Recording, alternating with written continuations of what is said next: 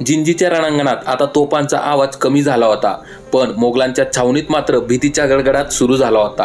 कारण आता वेड्यालाच दुसरा वेढा पडला होता। प्रथम धनाजी जाधवांनी जिंजी किल्ल्याच्या आतून मोगलांवर चढाई केली होती, तर बाहेरून सेनापती संताजी घोरपड्यांनी मोगली छावणीला घेरलं होतं। त्यामुळे वेढ्यातल्या मोगली सैन्याचा बाहेरच्या जगाशी संपर्क तुटला होता। त्यांना बाहेर काय घडते आहे हे काही समजत नव्हते। त्यात मोगली सैन्यात दुही निर्माण झाली होती। असद खान, जुल्फिकार खान एका बाजूला तर शहजादा कांबक दुसऱ्या बाजूला झाला होता।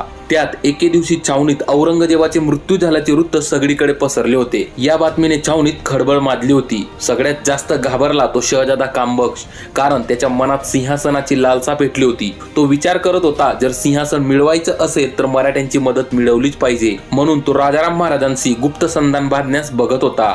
अशा संधीचा फायदा घेऊन मराठ्यांनी किल्ल्याबाहेर पडून मोगलांचे मोर्चे उद्ध्वस्त करायला सुरुवात केली होती। आता खुद्द जुल्फिकार खानास हाती शस्त्र घ्यावे लागले होते। मराठ्यांच्या प्रखर हल्ल्यातून खानाने आपले लष्कर कसेबसे मुख्य तळावर आणले खरे, पण खानाची अवस्था मोठी बिकट झाली होती। त्यात शहजादा कांबक रात्री गुप्तपणे किल्ल्यात राजाराम महाराजांकडे पडून जाण्याची शक्यता असल्याची बातमी खानाला लागली होती। अशा गोंधळलेल्या अवस्थेतच खानांनी शहजाद्याच्या तळावर छापा टाकून त्यास कैद केले होते। या घटनेमुळे मोगल सैनिकांमध्ये उरले सुरले नीतिधैर्य नष्ट झाले होते। त्यात मराठ्यांचे वाढते हल्ले, अन्नधान्याची व चाऱ्याची तीव्र टंचाई आणि मोगली छावणीतील कट कारस्थाने यामुळे संपूर्ण मोगली लष्कर एका मोठ्या संकटात सापडले होते। यातून मार्ग म्हणजे जिंजीतून माघार होती, पण मराठे सुखासुखी माघार घेऊ देणार नाहीत हे खानाला माहित होते।